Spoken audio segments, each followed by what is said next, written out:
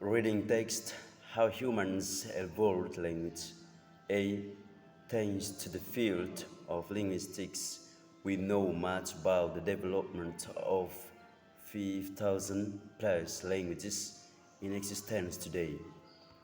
We can describe their grammar and pronunciation and see how their spoken and written forms have changed over time. For example, we understand the origins of the Indo-European group of languages, which includes Norwegian, Hindi, and English, and can trace them back to tribes in Eastern Europe in about 3 3000 BC. So, we have mapped out a great deal of the history of language, but there are still areas we know little about. Experts are beginning to look the, to the field of evolutionary biology to find out how the human species developed to be able to use language. So far, there are far more questions and half theories than answers. B. We know that human language is far more complex than that of even our nearest and most intelligent relatives like chimpanzees. We can express complex thoughts, convey stable emotions, and communicate about abstract concepts such as past and future. And we do this following a set of structural rules known as grammar. Do only humans use an innate system of rules to govern the order of words?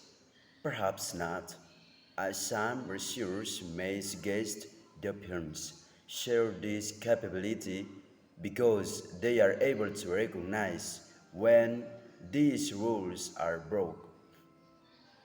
See, if we want to know where our capability for complex language came from, we need to look at how our brains are different from other animals. This relates to more than just brain size. It is important what other things our brains can do and when and why they evolve that way. And for this, there are very few physical clues. Artifacts left by our ancestors don't tell you that speech they were capable of making. One thing we can see in the remains of early humans, however, is the development of the mouth, throat, and tongue. By about 100,000 years ago, humans had evolved that ability to create complex sounds. Before that, evolutionary biologists can only guess whether or not early humans communicated using more basic sounds.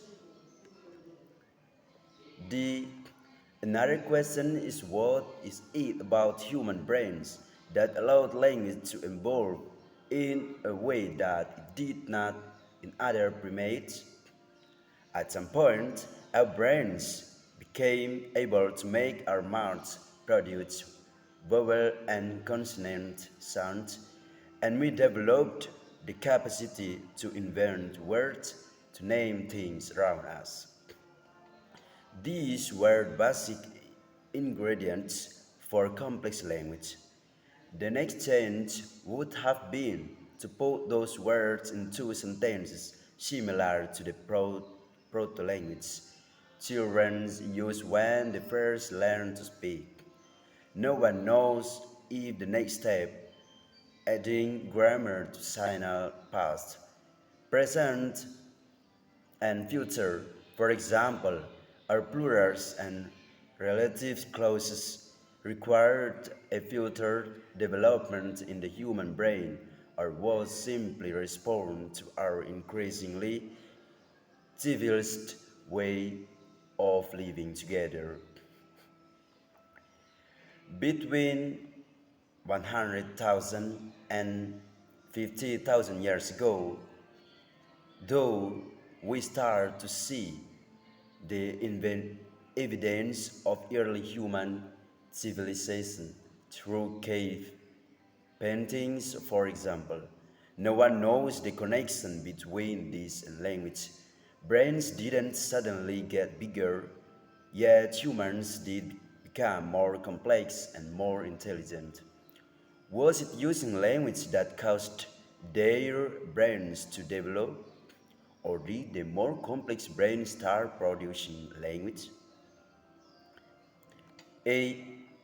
E.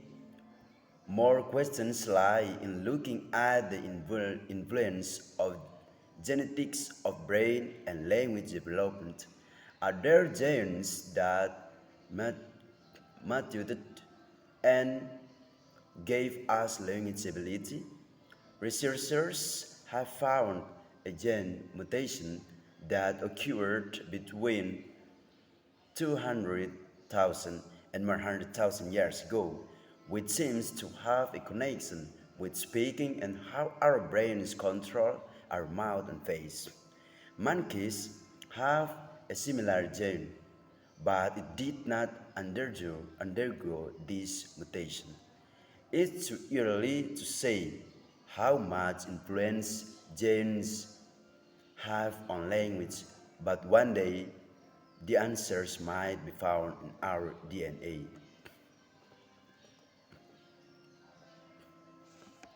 Thank you.